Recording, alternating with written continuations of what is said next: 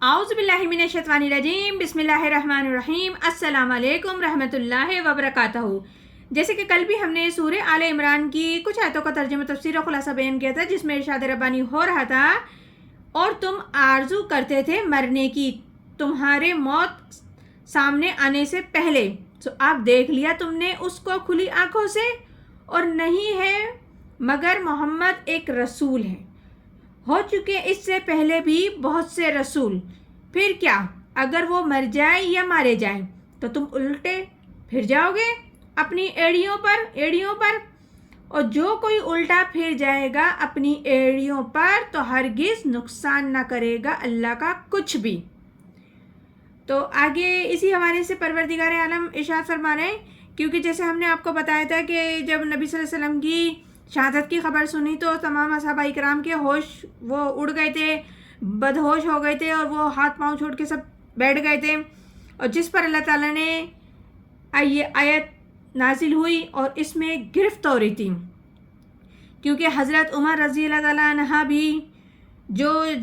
بیٹھ چکے تھے تلوار پھینک کے کہ اب کیا ہو گیا، نبی صلی اللہ علیہ وسلم شہید فوت ہو گئے تو اب جنگ کس کی۔ تو پھر اللہ تعالیٰ نے اسی آیت کو نازل کر کے آپ لوگوں کو سمجھایا، آپ کی گرفت کری کہ تم کس وے میں جا رہے ہو، یہ تمہارا غلط طریقہ کار ہے۔ کیونکہ حضرت عمر رضی اللہ تعالیٰ عنہ جو صحابہ تھے، نبی صلی اللہ علیہ وسلم کے یار تھے، جو 4 یاروں میں سے ایک یار تھے، وہ نہایت ہی جذباتی انسان تھے، اور اس میں کوئی شک نہیں ہے، تقریباً ان کی یہی حالت کیفیت ہو گئی تھی جب حضور اکرم صلی اللہ علیہ وآلہ وسلم کا انتقال ہوا تھا، تو وہ تلوار کھینچ کر بیٹھ گئے تھے کہ اگر جو کوئی کہے گا کہ محمد صلی اللہ علیہ وآلہ وسلم کا انتقال ہو گیا تو میں اس کا سر قلم کر دوں گا۔ تو پھر جب ان کی یہ حالت دیکھی تو حضرت ابو بکر صدیق رضی اللہ تعالیٰ عنہ آئے، وہ بھی غار یار تھے، تو وہ حضرت عائشہ کے حجرے میں جانے میں ان کو کوئی رکاوٹ نہیں تھی، کیونکہ وہ حضرت عائشہ کے حجرے میں ہی نبی پاک صلی اللہ علیہ وسلم کا رکھا گیا تھا، وہ ادھر تھے اور وہ ان کو جانے میں کوئی رکاوٹ نہیں تھی، کیونکہ وہ ان کی بیٹی تھیں حضرت ابو بکر صدیق رضی اللہ تعالیٰ عنہ کی۔ تو وہ سیدھے چلے گئے اور جا کر آپ صلی اللہ علیہ وآلہ وسلم کے چہرے مبارک سے چادر ہٹائی، پیشانی کو بوسہ دیا اور کہا کہ اب دوبارہ آپ پر موت واقع نہیں ہوگی، اب تو آپ حیات ہیں، آپ کو حیات حاصل ہو گئی ہے۔ اس کے بعد پھر وہ باہر آئے اور انہوں نے یہی آیت پڑھی جس کا ترجمہ ہے کہ نہیں ہے محمد ایک رسول ہیں، گزر چکے ہیں اس سے پہلے بھی بہت سے رسول، پھر کیا اگر وہ مر جائیں یا مارے جائیں تو تم کیا الٹ جاؤ گے، پھر جاؤ گے اپنی ایڑیوں پر۔ تو یہ سن کر پھر جب انہوں نے یہ آیت پڑھی جس کا بھی ہم نے ترجمہ آپ کو بتایا، تو یہ سن کر حضرت عمر رضی اللہ تعالی عنہ کہنے لگے، مجھے ایسا محسوس ہو رہا ہے کہ جیسے یہ آیت ابھی نازل ہوئی ہے، اس آیت کا اتنا اثر ہوا ان پر، اور یہ عظمت تھی حضرت ابو بکر صدیق رضی اللہ تعالی عنہ کی، کیونکہ وہ بہت بلند مقام رکھتے تھے حضرت ابو بکر صدیق۔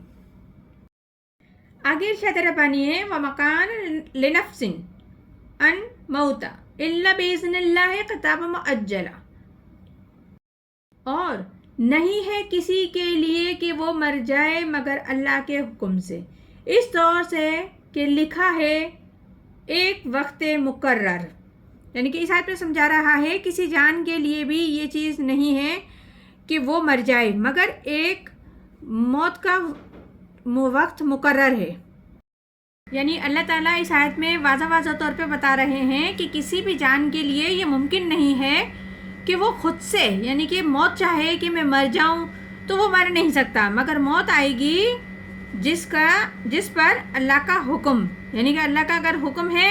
تو موت نے آنا ہے، کیونکہ موت تو لکھی ہوئی شے ہے، بالکل ٹھوس لکھی ہوئی شے ہے، وقت مقرر کے ساتھ ہر ایک جاندار کو موت کا مزہ چکھنا ہے، اور موت آئے گی اس کو اس کا جو وقت رب العزت نے لکھا ہے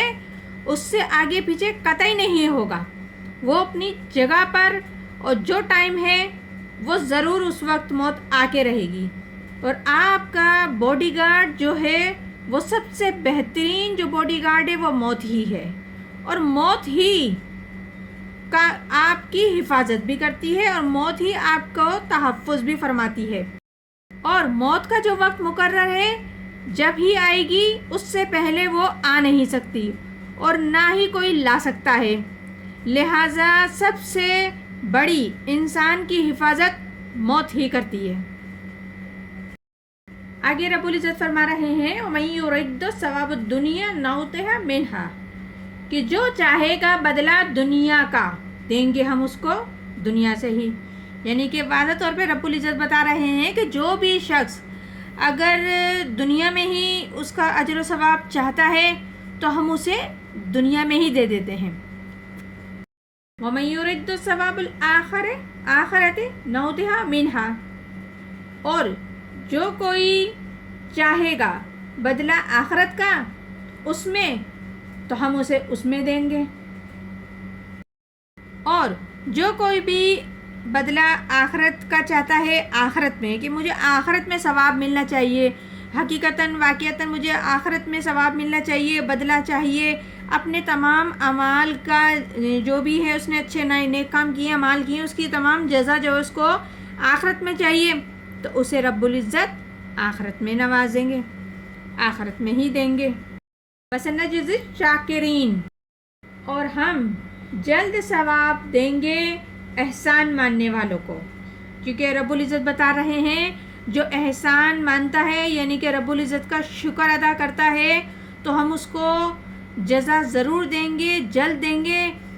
دنیا میں بھی اس کو عطا ہوگا اور آخرت میں بھی عطا ہوگا۔ یہ سورہ آل عمران ہے جس کی ابھی ہم نے ایک آیت کا ترجمہ تفسیر اور خلاصہ بیان کیا ہے۔ انشاءاللہ تعالیٰ